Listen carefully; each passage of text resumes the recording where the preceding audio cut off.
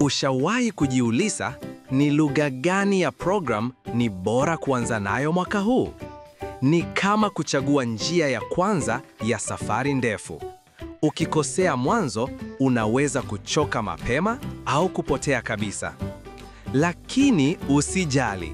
Kama unataka kujifunza programming mwaka huu wa 2025 na unachanganyikiwa kuchagua kati ya Python, JavaScript, C++ au nyingine, basi video hii ni kwa ajili yako. Karibu sana kwenye chaneli yetu ya Mohamed Hafidh TZ, ambapo tunajifunza teknolojia kwa lugha rahisi ya Kiswahili. Leo tutaangalia jinsi ya kuchagua lugha bora ya kuanzia katika kujifunza program coding, hasa kama wewe ni beginner kabisa.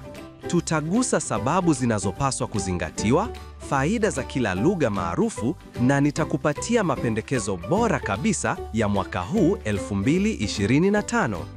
Unataka kuwa web developer, kutengeneza app ya simu, au labda unataka kufanya kazi na data au AI? Hili ni swali la kwanza muhimu. Sababu yako itaamua ni lugha ipi inakufaa.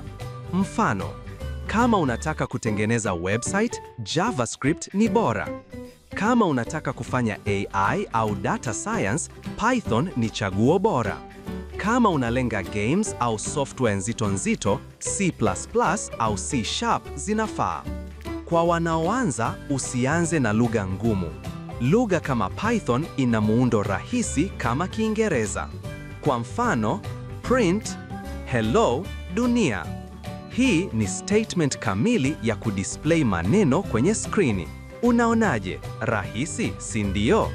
Unapaswa pia kuchagua lugha ambayo ina community kubwa na mafunzo mengi ya bure. Python, JavaScript na C++ zina tutorials nyingi YouTube na majibu mengi Stack Overflow na msaada wa kutosha. Mfano halisi: ukisearch Python for beginners kwenye YouTube utapata video nyingi hata kwa Kiswahili. Mwaka huu 2025, kampuni nyingi zinatafuta programmers wa Python, JavaScript na Java. Ukijua lugha inayotafutwa zaidi, unaongeza nafasi ya kupata kazi au project za freelance. Huwezi kuwa mtaalam kusoma tu pekee. Chagua lugha, tafuta challenge ndogo mtandaoni kama vile Build a Calculator au To-Do List app. Anza kutengeneza.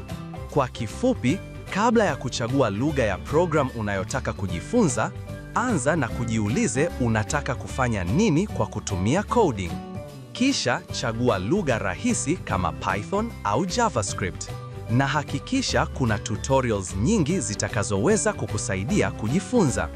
Vile vile, angalia kama lugha hiyo uliyoichagua ina nafasi kwenye soko la ajira kwa sasa. Pia, muhimu zaidi, anza kutengeneza kitu kidogo leo. Kama umejifunza kitu leo, bonyeza like ili kusaidia video hii kuwafikia wengine zaidi. Usisahau kusubscribe kwenye chaneli yetu ya Mohamed Hafidh TZ kwa mafunzo mengine ya teknolojia. Na kama unataka kujua tofauti kati ya Python, JavaScript na C++, usikose video zinazofuata. Nitaelezea vizuri kwa lugha nyepesi sana. Tukutane kwenye video inayofuata. Endelea kujifunza, endelea kujiamini.